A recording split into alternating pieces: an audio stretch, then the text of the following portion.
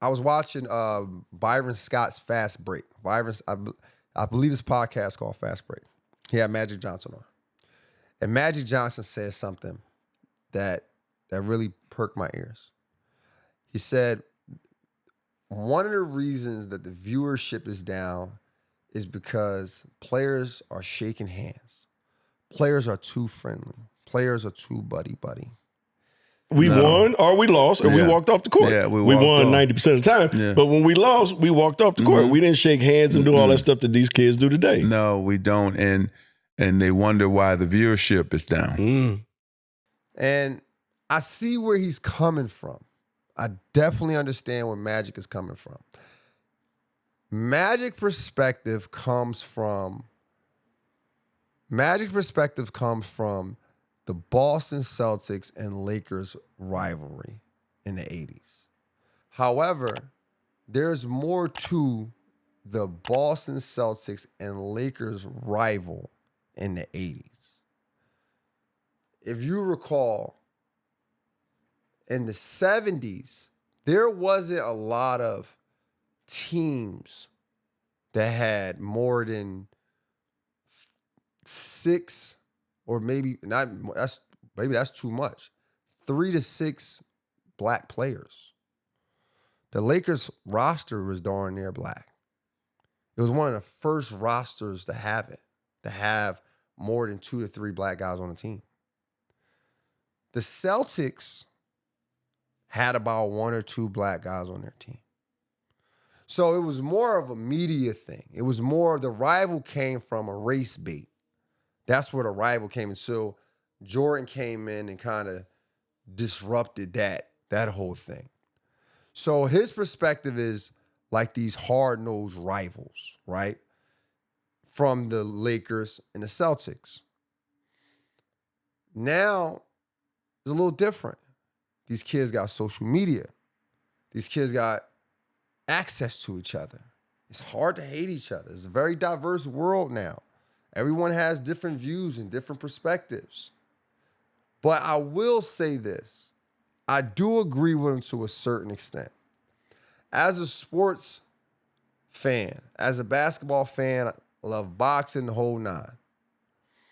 I'm not going to lie. If me and my homie, we arguing about a player, we arguing about a team, we putting money on teams. There's so many apps where you can win some money just off of gambling. It's so irritating. At the end of the game, you see a kid shake hands and then they talking to each other with their shirt over their mouth, their hand over their mouth. Y'all supposed to be battling. You got me and my homie over here arguing. I just lost $300 because you ain't do what you're supposed to do on the court. So I agree with Magic to a certain extent. You do want to see a little bit more competitive spirit out there. Like, to this day, if I'm playing basketball, I'm not buddy, laughing, jokey. I might know everybody on the court, though. So I do agree with Magic Johnson's take on that. Another thing that really hurts the NBA's viewership is the way the older guys with influence downplay what's going on right now. Now, I'm going to use Shaquille O'Neal and Charles Barkley as an example. By the way, love those guys. Shaq, top 3 all time, in my opinion. But when I watch TNT or any of these broadcasts or they podcasts and they talk about how the game is played today versus now, and they got somewhat of a disgust for it. And then you have people who follow Shaq and Charles Barkley who don't have the time to analyze the game as we would hope Shaq or Charles Barkley or any other analyst of their caliber will have time for, because that's their job. So when you sit and you say like, oh, the kids don't play like we used to, or it's too soft, or whatever the case may be, other people are influenced to think that that's what's going on. The reality of it is that things change.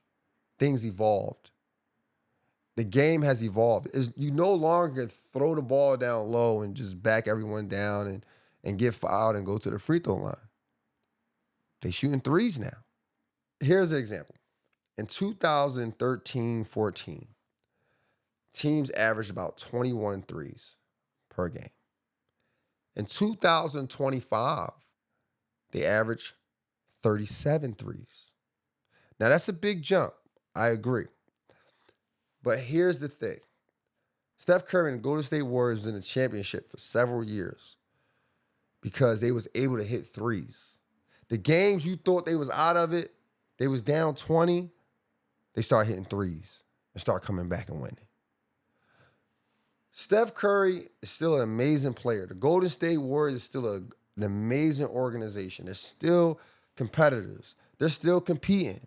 They're still, in some people's eyes, the favorites to win this year. The reason why that is difficult now is because everyone is shooting threes. People didn't stop Steph Curry. They just start shooting threes with Steph Curry. So the game has changed. The Golden State Warriors was one of the first teams to start shooting more threes than twos. The only way you can really combat shooting threes or someone making threes is you got to shoot threes too.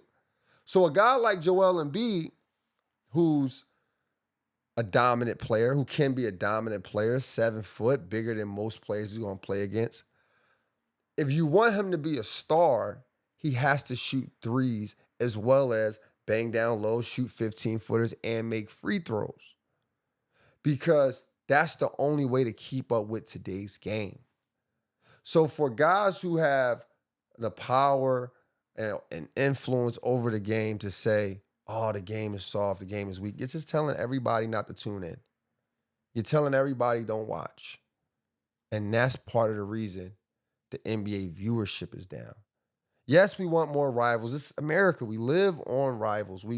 It's traditional. Yes, of course. But to say that the NBA is no longer competitive because of the style of play is a different thing. That's a different thing. And I think we got to start changing the verbiage. We got to start changing our views towards it. Things change, people evolve, or the game has evolved, and we got to live with it and deal with it. But we can't knock it.